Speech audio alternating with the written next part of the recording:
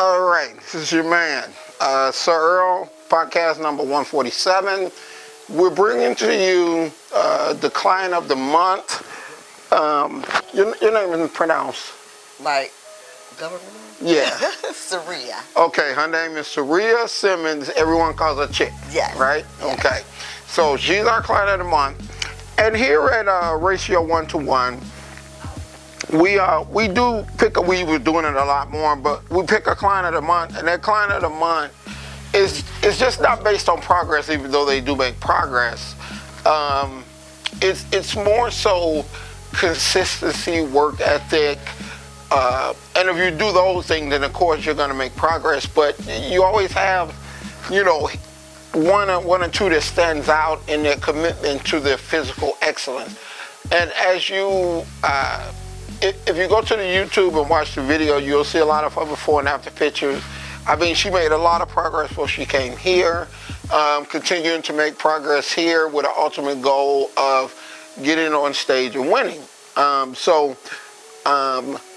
Like I said, all of our interviews, anything that we do is always done on the fly. We don't script anything. We don't write anything down. It's done as we go along. So, all right, here we go. Now, here's Chick. First thing I want to ask you is, you have how many kids? I have two. Okay, 2 kids. You have a girl and a boy? I have a girl and a boy. Who's the oldest? My son. He'll be 20 in March. You ain't killed him yet? I've Close. Choked him up a few times. Choked him up. He got to learn who's boss. Oh, that's right. That's right. I was raised by a single mom, and she used to say, count one mistake is 3. Because I warned you one time, that's it. And the thing is, back in the day, they did not play with us back in the day. Not at all. These Not kids at all. get away with a little bit too much right now. Yeah. You gotta go back old school. What do you do for a living?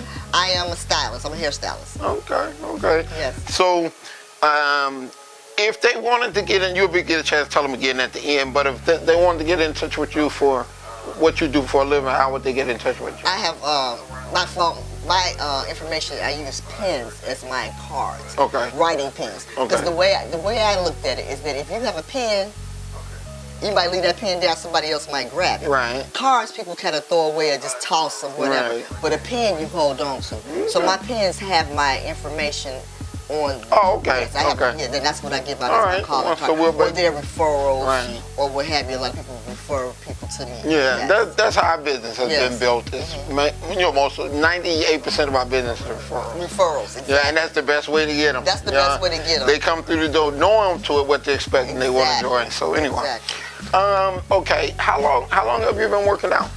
Well, I've worked out for centuries, for years. Okay. I was athletic for years. My mother started me at 13, working out, and she works out. So she set the precedence actually. Okay. I was on sports in high school. What sports did you do? I was in volleyball. Okay. I did volleyball, ran a little track, and then I was a runner for years. Okay. After that, so I ran, just for the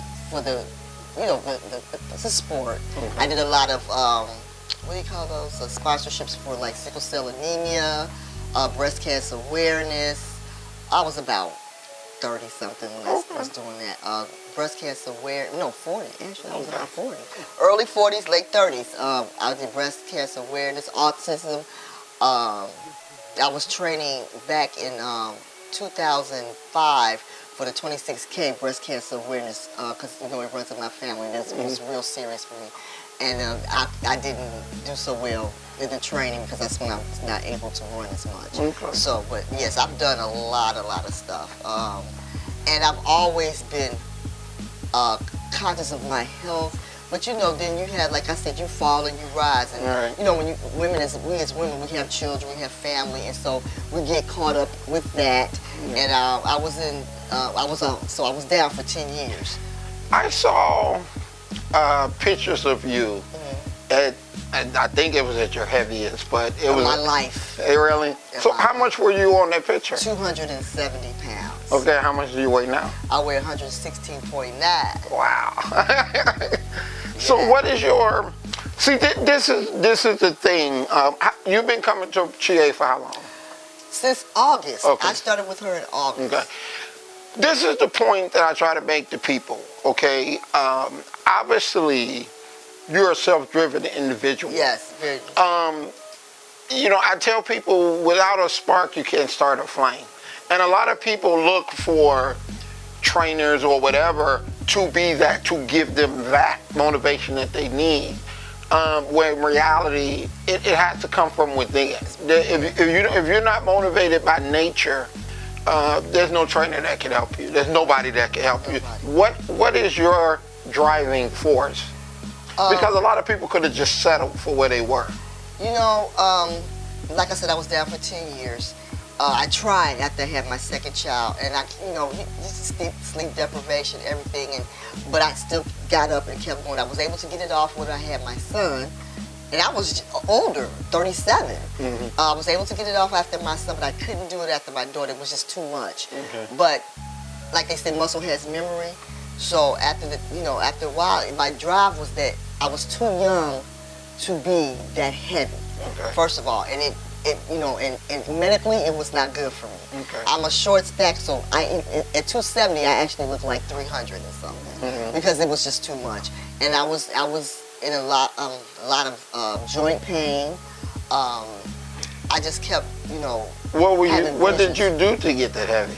Eating? I ate good. I'm not gonna even lie. I was throwing down. I can't even lie.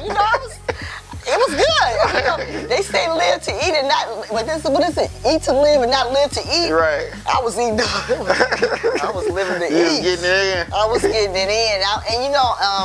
And that's the thing. I said, when is it gonna stop? And I kept having visions. This. I gotta tell this joke. Okay. I gotta tell. It's not even a joke because this is really serious. I was in my bed one day and I thought, because like I said, I used to be a runner, and I kept having visions that, how you see the infomercials and everybody's doing this to lose weight, and I said, I gotta get some drive, I gotta do something, because I was getting heavier and heavier. And I didn't have a lot of mobility at that time because I had medical things going on, so I had no mobility. I was really messed up, so I had a dream, but I thought it was realistic, that I was running again. And when I woke, I jumped up. I said, I'm back on the track. I'm back on the track. I was still in the bed. I was like, oh. So I had a lot of visions, and I prayed a lot. I just kept asking for guidance. What do I need? How do I get this push? It took me 4.5 to 5 years to work mentally on myself. So by 2014, I started in 2012, 2013. I failed. Just kept going up and down. I tried every diet plan that was out there. And I tell people today, I would never tell them to do it the way I did it, because I wasn't eating enough. I didn't eat the right stuff. I knew only the basic stuff to cut out, like fast food, pop. I could drink a liter of pop real easy, really easy. So I got high blood sugar. Yes, there you go. Yeah. It's terrible. You know how you keep going back to the refrigerator? That liter be gone in like 20 minutes. Keep going back. And then you looking like, dang, I drank that whole pop. I could do that easily. I can't make this stuff up. And I just said, finally, I got to the point. I said, okay, I'm having all these dreams. I have to do something, because my health was failing rapidly. Okay. It was failing rapidly. So when somebody tells you that you're not going to live past this if you don't do this, now, they told me that, but I tried, but I failed again. So by 2014, I decided, when my kids got old enough where I can make some more movements, I started doing, because like I said, I kept trying, so because it has to come together. Then all of a sudden, one day I just jumped up and I said, I quit. I got to make some serious. So I kept challenging myself. I added spin classes. I took more stuff out. But then I got on a juice kick. I stopped the pop, but the juice came back, and the popcorn came back, and the potato chips came back. So I'm thinking, I'm working out every day, I'm gonna lose weight. That's not the case. Because now you're still putting on fat. Right. So if you ever look at the pictures, I kept saying to myself, I thought I lost weight. It was the fat. Right. Not knowing that until this year, latter part of 2021, I didn't know. I just my body could never get where I wanted. And it got to the point that I just was not satisfied. Yeah. I said, this is not what I want. So when I say I'm driven by every morning when I get up with a purpose. I get up with a direction. Right. When I get my workout gear on every morning, I'm feeling like Time to go. Time to go. Time to go. I'm a gym clothes freak. I mean, and so when I get dressed every morning, that motivates me. Yeah. It does. That's where it starts. I get up, I get dressed, and I'm like, girl, you look really good today. Yeah. I'm gonna go out. So I have to put, and I talk to myself. I have to keep pushing myself every day, and I've been doing it for years. Yeah. So I decided at the age of 50, 49, 50 years old, I said, I promised myself at the age of 34 that at 50, I was going to do this.